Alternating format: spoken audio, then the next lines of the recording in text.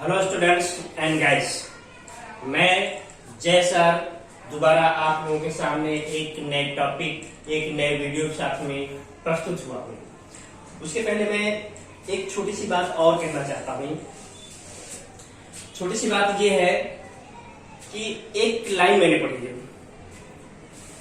कि देशी ज्ञान विदेशी भाषा कैसे पूरी होगी आशा। हमारे देश की विडंबना ये है कि हमारे पास देशी ज्ञान तो है। देशी ज्ञान मतलब देशी भाषा हम जानते हैं। हमारी जो मदर टंग है, मातृभाषा है, हिंदी है, गुजराती है, बंगाली है, तमिल, ये सभी भाषाएं तो है, हम जानते हैं। इनका हमारे देश में, हमारे प्रदेश में बहुत बड़ा महत्व है। लेकिन जबकि इससे हटके सच्चाई ये है कि ये विदेशी भाषा के बगैर हमको ना तो कहीं पे नौकरी मिल सकती है, प्राइवेट सेक्टर या गवर्नमेंट सेक्टर, कहीं पे भी हमारा कोई अस्तित्व नहीं। जो हमारी बाहर की दुनिया है, प्रोफेशनल लाइफ है, बिजनेस की लाइफ है, उसमें हमारी असली पहचान ये विदेशी भाषा से ही होती है। ये विदेशी भाषा से ही होती है। इसलिए हमको विदेशी भाषा का ज्ञान होना बहुत जरूरी है। विदेशी भाषा मतलब अंग्रेजी। और अंग्रेजी मैं आप लोगों के सामने इस ढंग से प्रस्तुत कर रहा हूँ कि आप लोग हमारे साथ में अच्छी तरह से अंग्रेजी को सीख सकें। जो स्टूडेंट्स बोर्ड की परीक्षा की तैयारी कर रहे हैं उनके लिए भी मैं वीडियो डालता रहूंगा। आने वाले दिन बहुत ही जल्दी उनके लिए वीडियो आने वाला, ग्रामर का सेगमेंट वीडियो डालूंगा। आज की अगर बात करें दोस्तों, मेरे वीडियो को आप लाइक करते रहे, सब्सक्राइब करते रहे, हमारे साथ बने रहिए, जिससे आप लोगों को काफी सीखने में मदद मिल सके, बोर्ड की परीक्षा की तैयारी करने के लिए मदद मिल सके। इसलिए आपसे मेरी गुजारिश है कि आप लाइक और सब्सक्राइब करें, जिससे मैं जो वीडियो डालूं आप लोगों तक रेगुलर पहुंचता रहे। अब हम समय नहीं बर्बाद करते हुए अपने आज के इस टॉपिक पे बात करते हैं, जिसका नाम है शैल बी और विल बी। इसके पहले के 2 वीडियो में मैंने बताया था इज एम आर, वर्तमान काल की मैंने बताया था कहाँ पे उपयोग होता है। उसके दूसरे वीडियो में मैंने बताया था वॉज और वेयर का उपयोग कहाँ पे होता है। आज हम थर्ड वीडियो में बता रहे हैं शैल बी और विल बी, जो भविष्य काल को इंडिकेट करता है। शैल बी और विल बी का कुछ खास मतलब नहीं था, लेकिन इसका मतलब होता है आने वाले समय में मैं कुछ बनूंगा, होऊंगा, उसकी तरफ इंडिकेट करने के लिए शैल बी और विल बी का उपयोग होता है।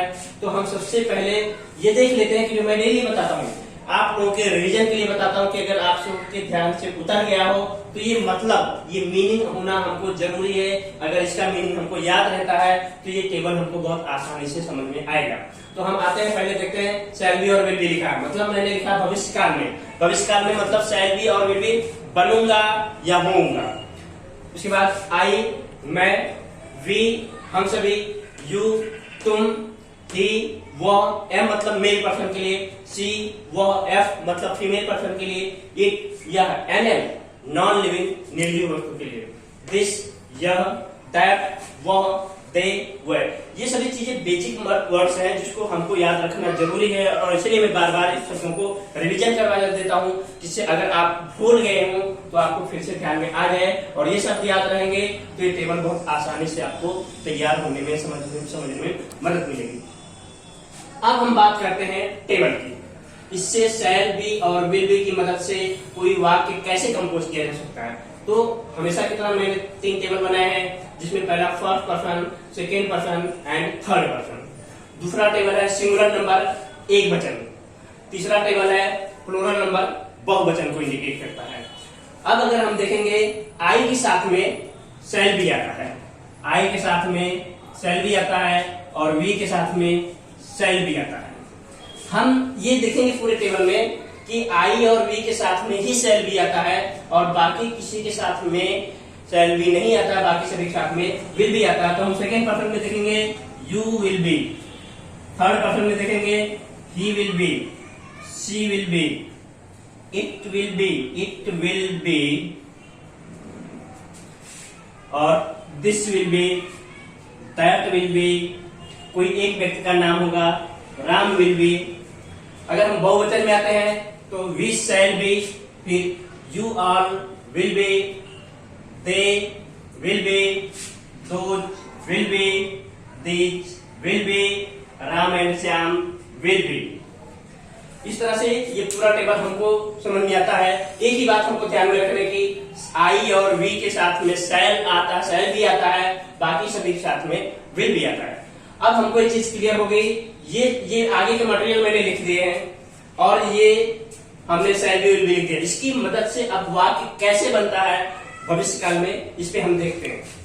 जैसे पहला है आई शैल बी ए मिनिस्टर, मैं एक मंत्री बनूंगा। You will be an orator, तुम एक वक्ता बनोगे। He will be a good boy, वो एक अच्छा लड़का बनेगा। She will be a pilot, she will be a pilot, वो एक पायलट बनेगी। It will be pet animal, यह पालतू जानवर होगा। दिस विल बी विनर, यह विजेता होगा। That will be my machine, वो मेरी मशीन होगी। कोई भी मशीन खरीदना है उसकी तरफ इंडिकेशन है। Ram will be honest boy, Ram ईमानदार लड़का बनेगा। अगर हम बहुवचन की तरफ देखें, वी शैल बी डॉक्टर्स, हम सभी डॉक्टर बनेंगे। You all will be engineers, तुम सभी लोग इंजीनियर बनोगे। दे विल बी फार्मर्स, वह सभी किसान बनेंगे। Those will be your colleagues, वह सभी तुम्हारे कलीग्स होंगे। These will be my supporters, ये सभी मेरे समर्थक होंगे।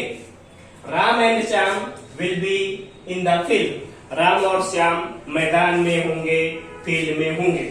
इस तरह से अगर आप टेबल को देखेंगे, इस टेबल पे देखेंगे, नजर डालेंगे, बहुत ही आसान तरीके से आप वाक्य को कंपोज कर सकते हैं, वाक्य को बना सकते हैं, इससे समझ सकते हैं, अंग्रेजी बोलना भी सीख सकते हैं, अंग्रेजी सीख भी सकते हैं। दूसरी इंपॉर्टेंट चीज ये है, जो बच्चे ग्रामर की तैयारी कर रहे हैं, बोर्ड की एग्जाम की तैयारी आ रही है, तो उनको ये नहीं पता होता है कि शैल बी कहाँ पे आता है, विल बी कहाँ पे आता है। तो ये टेबल बहुत इंडिकेट कर रहा है, क्लियर कर बताएगा कि कहाँ पे आता है। इसके पहले अगर मेरे वीडियो को देखेंगे जिसमें मैंने EJMR का टेबल का बताया है, उसमें देखेंगे तो समझ में आएगा इस किसके साथ में आता है, एंड किसके साथ में आता है, आर किसके साथ में आता है।